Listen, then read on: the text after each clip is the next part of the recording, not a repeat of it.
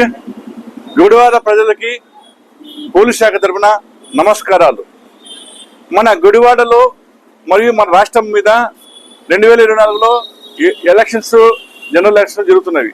దాని సందర్భంగా మన రాష్ట్రంలో కేంద్ర బలగాలు ప్రవేశించాయి. నిన్న వారికి సమస్యాస్పద గ్రామాలు మరియు సమస్యాస్పదమైనటువంటి వీధులలో వారితో కవాతు చేయించడము మరియు ఆ ఏరియాలో ప్రజలకు భరోసా కల్పించడానికి మన డీజీపీ గారి ఆదేశం మేరకు, మన ఎస్పీ గారి సూచనల మేరకు మనము ఈ రోజు నుంచి ఫ్లాగ్ మార్చ్ కవాతు నిర్వహిస్తున్నాము. దీంట్లో మన గుడివాడకి సిఐఎస్ఎఫ్ కాయ్ 287 వచ్చింది. వీళ్ళు మొత్తం 92 మంది 92% వచ్చారు. వీళ్ళందరూ కూడా మన గుడివాడ మరియు పామూరు సెగ్మెంట్ లో ఎలక్షన్ విధులు నిర్వహిస్తారు. దీనికి అదనంగా ఇంకా బలగాలు వస్తాయి.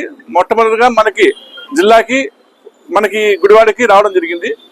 మనము ఈ రోజు నుంచి ప్రతిరోజు గుడివాడ సెగ్మెంట్ లో, అంటే గుడివాడ టౌన్ లో, గుడివాడ రూరల్ మండలంలో, నందివాడ మండలంలో మరియు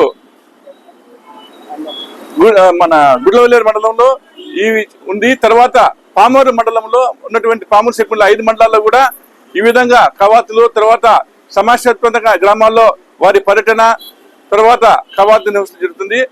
మన గుడివాడ ప్రజలందరూ, పామూరు ప్రజలందరూ నిర్భయంగా వారి ఓటు వారు వేసుకోవడానికి కావలసిన పరిస్థితులు మనము సెంట్రల్ బలగాలతో ఏర్పాటు చేస్తామని తెలియజేయడం జరిగింది. Thank you.